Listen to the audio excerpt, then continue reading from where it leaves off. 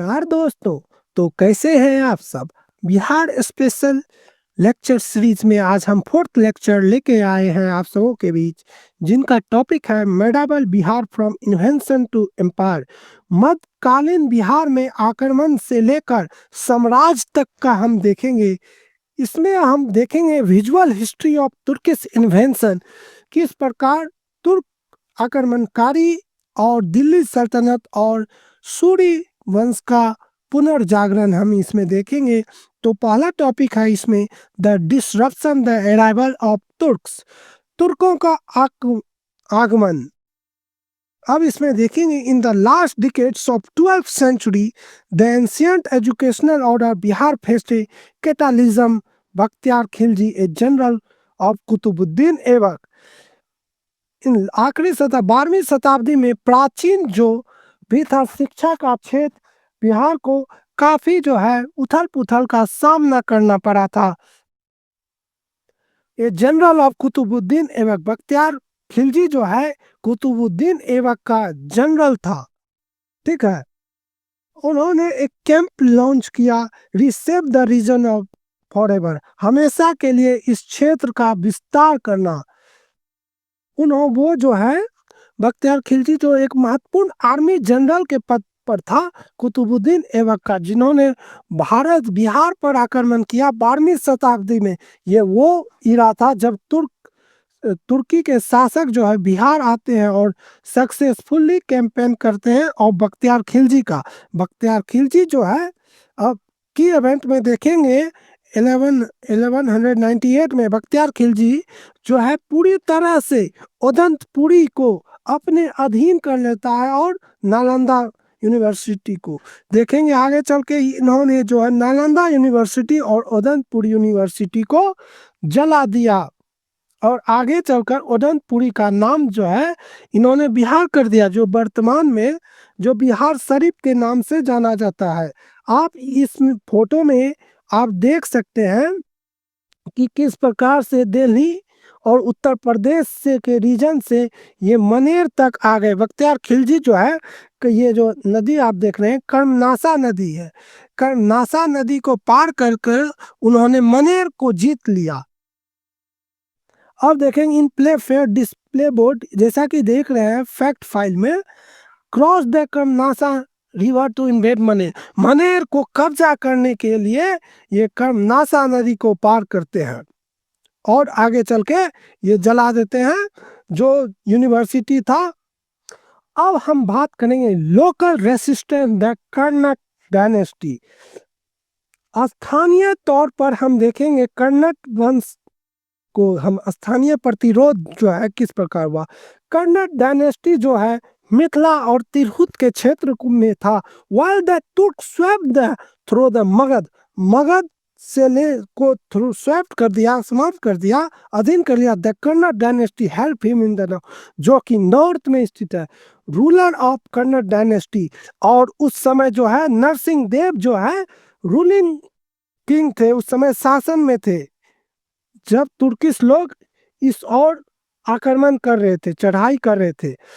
आप ये जो क्षेत्र देख सकते हैं ये नालंदा और उदंतपुरी का क्षेत्र ये है, और उधर गंगा नदी के दूसरी ओर हम देखेंगे तो देखेंगे ये मगध रीजन में पड़ता था अंडर द तुर्किश इन्फ्लुएंस, जब तुर्किश इन्फ्लुएंस किया। और इस समय जो है डिक्लाइन, ये वो दौर था जब सेन वंश का डिक्लाइन चल रहा था, मतलब नीचे गिर रहा था, और इस्लाम धर्म का जो शक्ति है आगे मतलब अपलिफ्टिंग कर रहा था, राइजिंग कर रहा था। Integration Bihar under the Delhi सल्तनत, दिल्ली सल्तनत के अधीन बिहार, अब दिल्ली सल्तनत के अधीन जो है बिहार था। द स्लेव डायनेस्टी और गुलाम वंश जिसको ममलुक कहते हैं।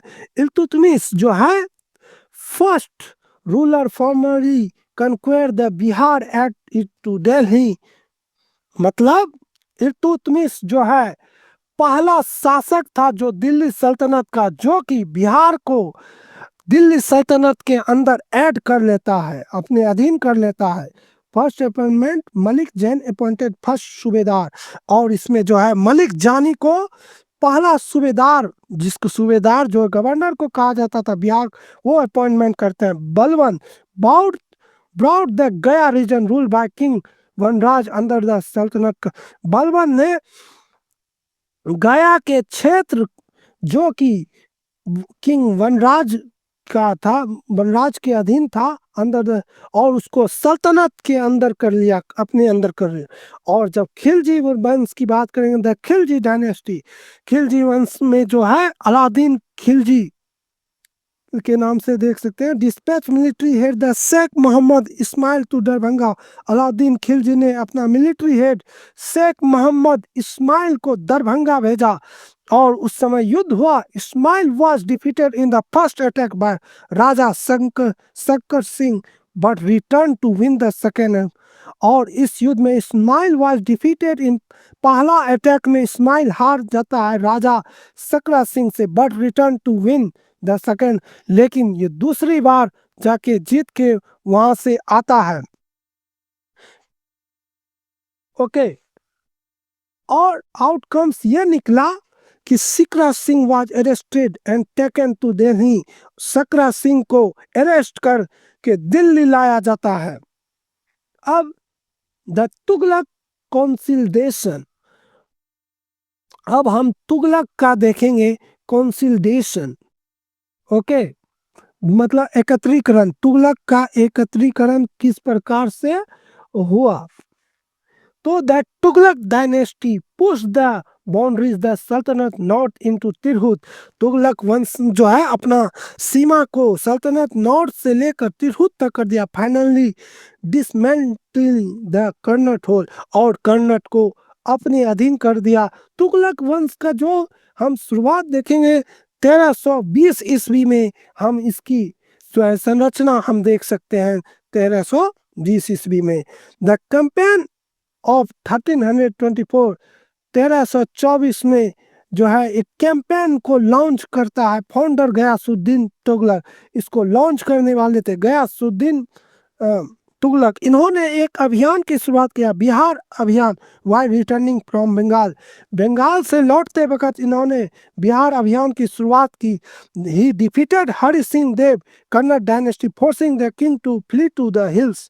और हरि सिंह को उन्होंने हरा दिया जो कर्नट वंश के थे, उन्होंने उनको घुटने पर ला दिया और पहाड़ की ओर भागने पर मजबूर कर दिया। दरभंगा वाज रीनेम्ड तुगलकपुर, और उस समय तिरहुत के क्षेत्र में जो है में दरभंगा का नाम बदल के तुगलकपुर कर दिया गया। मेकिंग इस टोटल एसिमिलेशन, आप इस तस्वीरों के माध्यम से देख सकते हैं इस क्षेत्र को किस प्रकार से उन्होंने कब्जा कर लिया। तुगलकपुर नाम दिया। Bihar Sharif rename the administrative capital, और बिहार शरीफ को जो है प्रशासनिक राजधानी बना दिया। Okay, the fracture weakness centre rising the Afghan, कमजोर होता केंद्र और उभरता हुआ अफगान। अब उसी दौर में जो है लोडी डायनेस्टी, जी लोडी डायनेस्टी जो है सिकंदर लोडी के नाम पर रखा गया। ओके, और ये पॉइंट दरिया खान नुहानी और लोधी वंश ने, बहार खान नुहानी ने नुहानी वंश का स्थापना किया जौनपुर शहर के नजदीक। Okay, power vacuum after that, और नुहानी, और ये जो है दरिया खान नुहानी जो है जब हार जाता है, डिफीट हुसैन शाह सरकी बिकम, और जब उसको हरा देता है तो ये सूबेदार बन जाता है। Power vacuum of the depth, और अपने अधीन करता है। The Nuhani dynasty founded by बहार खान लोहनी नियर जौनपुर बिहार। जैसा कि बोल रहे हैं नुहानी वंश की स्थापना जो है बहार खान ने की थी बिहार में। The first independence Afghan power in the region, पहला जो है स्वतंत्र रूप से अफगान इस समय पावर में आया। इस कंटेस्ट में देखेंगे एज द दिल्ली सल्तनत वॉन्ड अंडर द लोधीज, और दिल्ली सल्तनत को लोधी के अंदर आया independence voice rose in Bihar, setting the stage of Suri dynasty, और इस सूरी वंश को स्टेज को सेटिंग किया बेस्ड ऑन नोट, जैसा कि हमने इस नोट्स में आप देख सकते हैं लोधी डायनेस्टी और दरिया खान नुहानी की बात करेंगे। अब आगे आते हैं, the rise of the tiger Sher Shah Suri, मतलब शेर शाह सूरी का उदय। इन्हें जो है टाइगर के नाम से भी जाना जाता है। इनके बचपन का नाम जो है फरीद खान था। इनके पिताजी जो है हसन खान, जो जागीरदार थे सासाराम के, इनके जो है पिता जागीर। कहा जाता है शेर शाह यूं ही इनका नाम नहीं रखा। एक बार जो है ये जो शेर से अकेले लड़ पड़े थे। एजुकेशन जो है जौनपुर में हुआ, इनका शिक्षा दीक्षा जो है जौनपुर में हुआ। सर्विस द लेजेंड सर्विस अंदर बहार खान नुहानी, ये जो है बहार खान नुहानी के अंदर काम किए भी हैं। The title bestowed the name, और उन्होंने ही इनका नाम जो शेर खान दिया। By Bahadur Khan single handed killing the, घायल हाथों से उन्होंने एक बाघ को मार दिया। The rise to power became the protector regent of Bahar Khan सन, और ये जो है जलाल खान को इन्होंने बचाया था। बहार खान का जो बेटा था प्रोटेक्टर बन गया। द पाथ और टू द थ्रोन जीनस, तो path of throne of tactical genius में देखेंगे तो 1534 ईस्वी में जो है बैटल ऑफ सूरजगढ़ का हुआ था। सूरजगढ़ का युद्ध हुआ था। ये जो है शेर शाह और बंगाल के मिलिट्री के बीच हुआ था। और इस युद्ध का परिणाम यह हुआ, श्री शाह जो है जीत गया इसमें, सेक्योरिंग रिसोर्सेज एंड पेस्ट्रीज, और यहाँ का जो है संपत्ति को अपने अधीन ले लिया, और साथ ही साथ प्रतिष्ठा को भी इनको प्राप्त हुआ। और 26 जून 1539 को बैटल ऑफ चौसा अर्थात बक्सर, और 1539 में चौसा का युद्ध हुआ जो कि बक्सर में है। ये जो है शेर शाह सूरी और हुमायूं के बीच ये युद्ध हुआ। इसका परिणाम यह हुआ डिसिव विक्ट्री, और इनको जो है डिसिव विक्ट्री प्राप्त हुआ, मतलब धोखे से इन्होंने विक्ट्री प्राप्त किया। शेर शाह डिक्लेयर्ड सोवर्जिनिटी, शेर शाह ने संप्रभुता को डिक्लेयर कर दिया, मतलब अपने आप को संप्रभु घोषित कर दिया, मतलब कि हम ही राजा हैं। चौसा के युद्ध में ऐसा इन्होंने किया। फिर जो है 17 मई 1540 में बैटल ऑफ कन्नौज या बिलग्राम, या तो 1540 में कन्नौज का युद्ध हुआ, इसे जो है बिलग्राम का युद्ध भी कहा जाता है। और इसमें जो है शेर शाह सूरी और हुमायूं के बीच इसमें लड़ाई हुई। इसका परिणाम यह हुआ, Humayun forced into exile, Humayun ने फोर्स कर दिया अपने अधीन Suri dynasty establish in Delhi, और इस प्रकार जो है सूरी वंश का यहाँ स्थापना किया गया। ओके, अब हम देखेंगे आर्किटेक्ट ऑफ कनेक्टिविटी, किस प्रकार का आर्किटेक्ट कनेक्टिविटी किया, कनेक्टिविटी एक दूसरे के जोड़ा। इस रोड का नाम दिया द ग्रैंड ट्रंक रोड, और इसको नाम दिया, ये पेशावर से लेकर बंगाल तक से डायरेक्ट जोड़ा था। आप जैसा कि इस मैप के माध्यम से देख सकते हैं, पेशावर से लेकर बंगाल तक ये फैला। देखिए पेशावर, दिल्ली, कन्नौज, सदक ए आजम, बंगाल, और एक जो है एक सराज पर, प्रत्येक जो है एक सराई होता था, 2 मील पर एक सराई, अर्थात एक कोस मतलब लगभग 3 किलोमीटर पर एक होता था विश्राम स्थल। सराई सिस्टम उसको कहेंगे रेस्ट हाउस ऑफ ट्रेवलर, जो भी यात्रा करते थे और व्यापारियों का ये जो है रेस्ट हाउस था, मतलब आराम करने वाला जगह। Notes for the postal service institution of, ये इसलिए बनाया गया जो कि पोस्टल सर्विस जो लेटर जो है एक जगह से दूसरे जगह जाता था, तो उस बीच वो आराम कर सके। ठीक है, ग्रैंड, और इसको जो है शेर शाह सूरी ने ग्रैंड ट्रंक रोड नाम दिया, जो कि बंगाल से लेकर पेशावर तक या पेशावर से बंगाल तक। और इनको जो है एक टाइटल मिला सड़क ए आजम, सड़क ए आजम की उपाधि इनको मिली। ओके, इनका जो प्रशासन था, every Sarai was staff with a dual language करा, और प्रत्येक सराय में एक स्टाफ होता था जो दो भाषाओं का था। एक वैश्यर जो पर्शियन का रिकॉर्ड रखता था, दूसरा कारकुन जो हिंदी में ट्रांसलेट करता था, जो हिंदी ट्रांसलेटर का काम करता था, उनको कारकुन कहा जाता है। जैसा, और ये जो है सराय सिस्टम जब प्रत्येक 3 किलोमीटर अर्थात एक कोस पर था। ही बिल्ड सराय रेस्ट हाउस, जो कि जो भी लेटर दिया जाता था उसको काफी हेल्पफुल करता था काम। अब अगला जो तो इसी में आता है गवर्नेंस एंड इकोनॉमी स्टैंडर्डाइजेशन, मतलब यहाँ का स्वशासन और अर्थव्यवस्था को स्टैंडर्डाइजेशन किया। इसमें जो है इंट्रोडक्शन, जैसा कि हमने बात किया, रुपया का इस्तेमाल किया, और आगे चलकर इनके सिस्टम लैंड और टैक्स के लिए भी जागीरदार और सूबेदार सिस्टम को स्थापित किया गया। Refine the definition of land ownership, और इसमें जो है लैंड का ओनरशिप बताया गया, डिफाइन किया गया, उसको जागीरदार कहा गया है, जो भूमि का मालिक है। एंड एडमिनिस्ट्रेटिव गवर्नेंस, और जो प्रशासन मतलब रुपया को अपने अधीन सूबेदार काम करता था, मतलब टैक्स के रूप में, टू मैक्सिमाइज रिवेन्यू, मतलब अधिक से अधिक राजस्व की प्राप्ति हो सके, और इसको सख्ती से लागू किया। लॉ एंड ऑर्डर जो है, स्ट्रिक्ट इन्फोर्समेंट, बहुत ही सख्त रखा गया। Sher Shah rules was known as absolute safety on the road, और शेरशाह का जो शासन काल जो है सेफ्टी को ध्यान में रख के कि ऑन द रोड, जो भूमि पर लेकर रोड सड़क पर, इंश्योरिंग द ट्रेड फर्निश, ताकि जो है व्यापार अच्छे से चल सके। इन्होंने एक लेगेसी स्थापित किया, सिस्टम एडॉप्टेड लेटर, बाद में चल के अकबर और ब्रिटिश लोग भी इसको अपना लिया। अब बात करेंगे the revival of Pataliputra, Pataliputra की किस प्रकार से रिवाइव किया, मतलब पुनः उसका जागरण किया।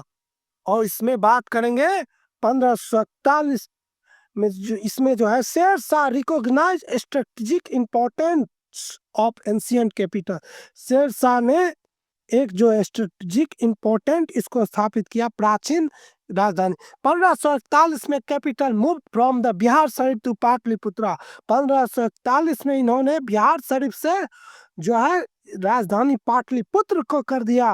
वर्तमान में ये पटना के नाम से जाना जाता है। Construction build the Shergarh Mahal in the Patna fort, और इन्होंने शेरगढ़ का किला बनाया, जो कि वर्तमान में आप पटना में देख सकते हैं। इस तस्वीर के माध्यम से भी आप देख सकते हैं गंगा नदी के, और आगे चल के पटना बना। The monuments of red stone, और इन्होंने एक जो है गुम्बज नुमा, जिस प्रकार ताजमहल होता है उसी प्रकार इन्होंने एक बना दिया। आगे चल के टॉम बनाया, मकबरा, आगे चलकर मकबरा बना। ये जो मकबरा टॉम ऑफ शेरशाह सूरी, ये जो है शेरशाह सूरी के नाम पर एक मकबरा बना, जिसका नाम जो है शेरशाह सूरी के बना, और ये सासाराम में पड़ता है। Known as the Taj Mahal of Bihar, इसे बिहार का ताजमहल भी कहा जाता है। आर्किटेक्चरल मार्वल, इनको आर्किटेक्चर जो किया गया मार्बल से, इंडो इस्लामिक स्टाइल में, built in the middle of man made lake, और इसको मनुष्य के द्वारा इस प्रकार से बनाया गया, मनुष्य द्वारा एक झील बनाया गया। Construction started by Sher Shah during the his life time, अपने कार्यकाल के दौरान इन्होंने शुरू किया। कंप्लीटली बाय हिज सन, बाद में चल के इनके बेटा जो इस्लाम शाह ने इसको कंप्लीट किया। अब हम बात करेंगे इंड ऑफ अफगान इंट्रीगन, मतलब दो शासन के बीच का काल अफगान का, इंड ऑफ अफगान और उसके शासन काल का। एक्सीडेंट हो जाता है 1545 में, जो है शेरशाह सीज ऑफ कलंजर, कलंजर में जो है मतलब कठिन जो कलंजर का समय था, कलंजर में Sher Shah died due to accidental gun powder explosion during the siege. जब ये हमला कर रहे थे कलंजर पर, शेरशाह अचानक गन पाउडर जो है उस किला से टकरा के इधर आ गया, उस गन पाउडर में विस्फोट हुआ और ये मर गए। द सक्सेशन एंड फॉल, इस प्रकार से ये जो है सक्सेशन मतलब इनका उत्कर्ष सीमा पर रहा अपना धन और अंत में गिरे। इस्लाम शाह जो इनका बेटा था succeed Sher Shah and completely his architectural work, और इस्लाम शाह जो शेर शाह का पुत्र था उन्होंने कई जो है आर्किटेक्ट वर्क किए, जो भी बचा था कंप्लीट किया। 1555 में द एंड ऑफ डायनेस्टी, इस वंश का अंत हो गया, सूरी वंश का। Humayun return to reclaim the throne, और बाद में हुमायूं जो लौटा और इस पे अपना रिक्लेम किया, ending the brief but transformative era, लेकिन छोटा कार्यकाल था, लेकिन इरा ऑफ अफगान रूल, और इसके बाद अफगान रूल आया। शेर शाह सूरी को जो ग्रैंड ट्रंक रोड है एनएच जो है वो इसकी देन है, शेर शाह सूरी की देन। अब बात करेंगे अंतिम में की टेक वे क्या क्या हुआ इसमें। मिमोनिक्स में हम पढ़ सकते हैं मिमोन जी के टीएसएल गुलाम वंश 1206 से लेकर 1290 तक इनका कार्यकाल रहा। इसके बाद जो है खिलजी वंश आया 1290 से लेकर 1320 तक। उसके बाद तुगलक वंश 1320 से 1414 तक। सैयद वंश 1414 से लेकर 1451। लोधी वंश 1451 से 1526। और the capital of Bihar, Bihar की राजधानी को बना अपना जो है कैपिटल बनाया, ट्रेसिंग द पावर सेंटर्स, और इसमें हम पढ़े ओडनपुरी को जो है ट्रेसिंग सेंटर बनाया, बिहार शरीफ को तुगलकपुर, तुगलकपुर जो दरभंगा का पुराना नाम जो है तुगलकपुर है। पटना पाटलिपुत्रा, पटना का जो पुराना नाम पाटलिपुत्र। इसमें देखेंगे डिसी बैटल्स मतलब इसमें जो है धोखे से हराया युद्ध। 1534 में हम देखे सूरजगढ़ और बंगाल, सूरजगढ़ के बीच जो हुआ था युद्ध में बंगाल में। 1539 में हम चौसा की लड़ाई देखे जब हुमायूं के बीच हो रहा था। साथ ही साथ 1540 में कन्नौज में हमने देखा जब हुमायूं के बीच लड़ाई हो रहा था। धन्यवाद, जय हिंद जय भारत। इसी तरह हमारे चैनल के साथ जुड़े रहिए और अपना साथ देते रहिए, और इसके पीडीएफ हमारे टेलीग्राम चैनल पर आपको मिल जाएगा। धन्यवाद, जय हिंद जय भारत, वंदे मातरम।